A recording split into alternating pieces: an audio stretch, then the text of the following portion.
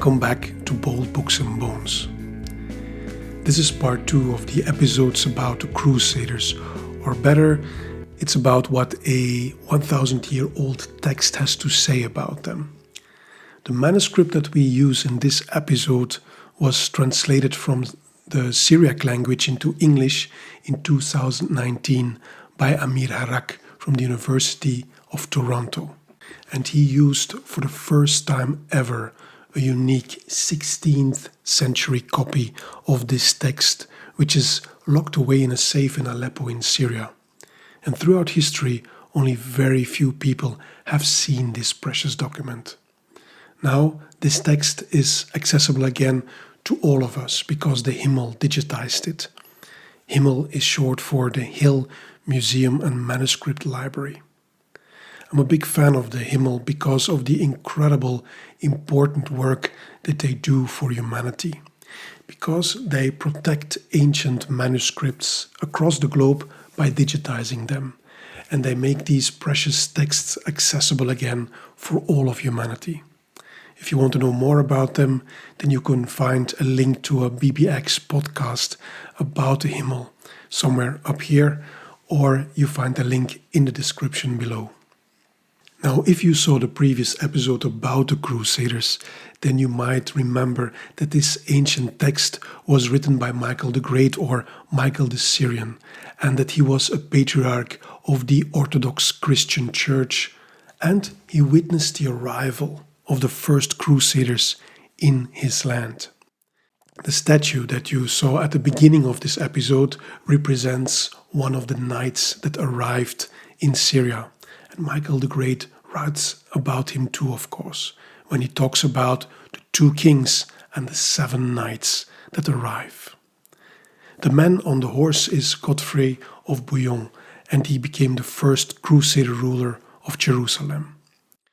You also might remember from the previous episode that especially for us, the Bold Books and Bones community, Professor Carole Hillenbrand, a world-renowned expert on the Crusades, was so kind to help us to understand the things that Michael the Great had to say about the Crusaders.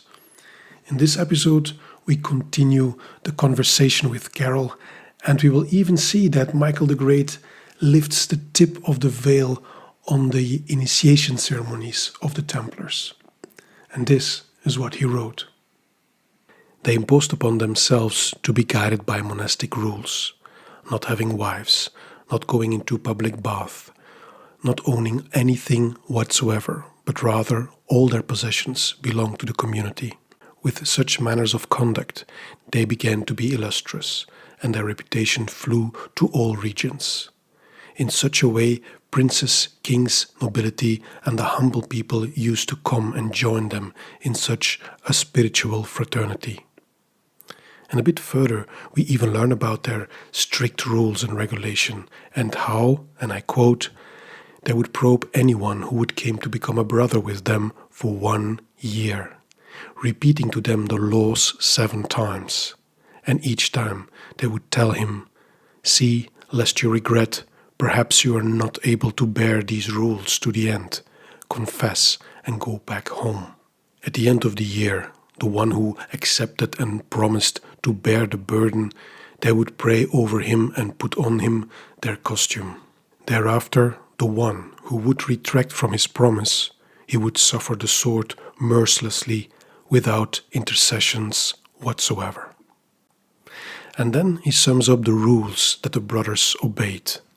And from those rules we learn that obedience to their master was very important, that they had to live in strict poverty, and that there was an obligation of charity to the poor, etc. We even read about how they had to dress and what they ate during a week. And then a few pages later we read that there was a severe famine in Jerusalem. The frères, I mean the brothers, who are called Zawiya, that is godly, gave and distributed food to the poor without diminution, as was their custom. About this part I have 2 questions. Question 1, would Carole agree with this description of the Crusaders? because it depicts an impressive image of discipline and dedication towards each other and towards their mission. And question 2 is, what can you tell us about the relationship between the Crusaders and the local population? From passages like this, it seems it was not all war and destruction, or do I misunderstand it? No, you don't.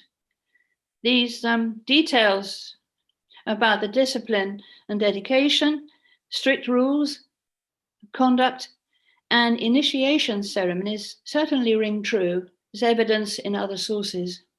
Not only actually for the Templars, but also for the other chivalric orders, such as the Hospitallers. So Michael is right about his admiration for the Templars here and for their discipline and dedication.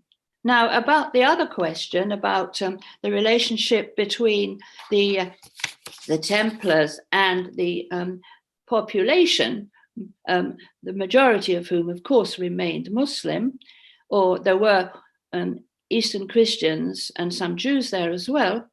But in particular, it's not conflict all the time between Templars and Crusaders in general. It's coexistence for quite long periods of time.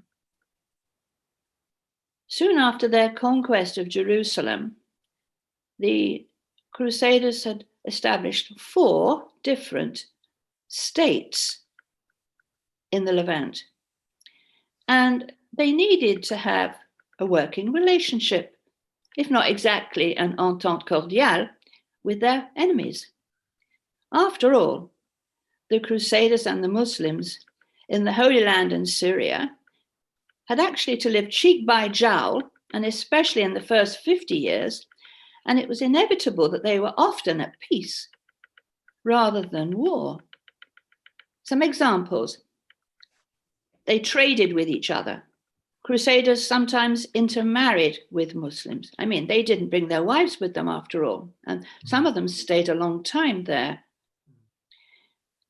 They copied Muslim customs in housing, clothing, imagine the difference in the climate, and it's recorded that they even abstained from eating pork, and they began to veil their women.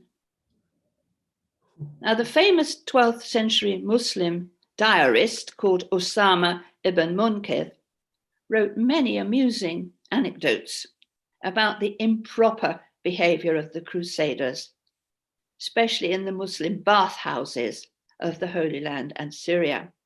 I won't go into detail here. And he also ridiculed Crusader doctors' lack of proper medical knowledge. So it's much more entente cordiale than war on a daily basis to survive, to get food, to send your goods back home, or to receive goods from the West, and so on. So it's quite an interesting mixture of cultures there. I like to read these old manuscripts because of the often surprising history that they contain. But as a psychologist, I'm particularly interested in human behavior and how people treat others or how they interact with each other under certain circumstances. And therefore, the next part we are going to look at is about the surprising interaction between 2 enemies. On page 164 of the translation, we can read about the death of the Crusader king Jocelyn I. We read that he ordered to attack the Turks, and while the Crusaders were marching on the road, the king died. And we read, and I quote, "When Ghazi heard that Jocelyn died, he showed high-mindedness, ceased the war, and sent consolers. He wrote to the Franks saying, 'Today I shall not launch war, lest people say I defeated you because your king is dead. Therefore, carry on with your affairs calmly, establish for yourself a leader according to your laws, and manage your regions in peace. While from my own side and the side of my army there shall be no concern for you.'" My question for you is, Ghazi, if I understand well, was kind of Turkish general, and he knows that his enemy is weakened because their king just died, and yet he does not use this moment as an opportunity to attack and destroy them. How should we understand this? Was Jocelyn the First that much respected by his enemies, or does it mainly say something about Ghazi, or is there something else going on? What would you say? Well, I think Jocelyn the First is very much respected by the Muslims. And when we come to discuss his son, that was not the case. The story, as told by Michael, is different from the ones that is found in other sources, but they have the same message.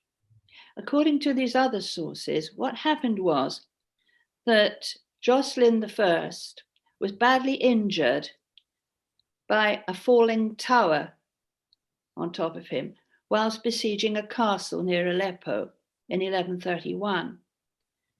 Now, the Muslim Turkish, we won't call him commander, we'll call him Sultan, the Muslim Turkish Seljuk Sultan of Anatolia, happened to be in the vicinity, threatening battle. And when Jocelyn I had this terrible accident, he wanted his son, also called Jocelyn, to lead the Crusader army to fight these Turks. But his son refused. So his very ill father, Jocelyn I, asked to be carried into the battlefield on a litter. Now, when the Turkish Sultan heard about this, he decided magnanimously to order a retreat. And so Jocelyn I died on his way back from the battlefield. So either way, the Turkish Sultan has behaved well towards Jocelyn I, and Jocelyn I has been very courageous, despite being terribly ill, in agreeing to go into the battle when his son won't go. Mm. So it's quite a juicy story. Yeah. So it's nice. a good tale on both sides. Yeah, it's a very nice tale of two great men, then, or two men who show greatness. Huh? Yes. I was wondering, Carole, because the Chronicle of Michael, the Syrian of Michael the Great, there is an older translation. But I learned that the gentleman, Jardot, was it a Frenchman?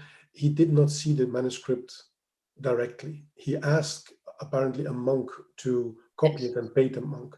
And there are quite some mistakes inside that we know now, because the version that that we use here for this discussion is the one of 2019. Amir Harak. From Amir Harak, translated by Amir Harak. And he had access to the original. Actually, we all have, because of the Himmel, the Hill Museum and Manuscript Library that digitized the book. Wonderful. It's wonderful. Yes. And so the book is still on its location in Aleppo, but we can all see it. Of course, it is in Syriac written, but Amir Harak had the direct access to the original pages, so he made a new translation. How important is that for your field of study? Because you have been studying the Crusades in Syria and that area, and this is a contemporary. Is that very fundamental also for you, or do you say? Oh yes. It's quite clear that the French translation, which I had used in the past, is not only fragmentary in parts, but it's also wrong.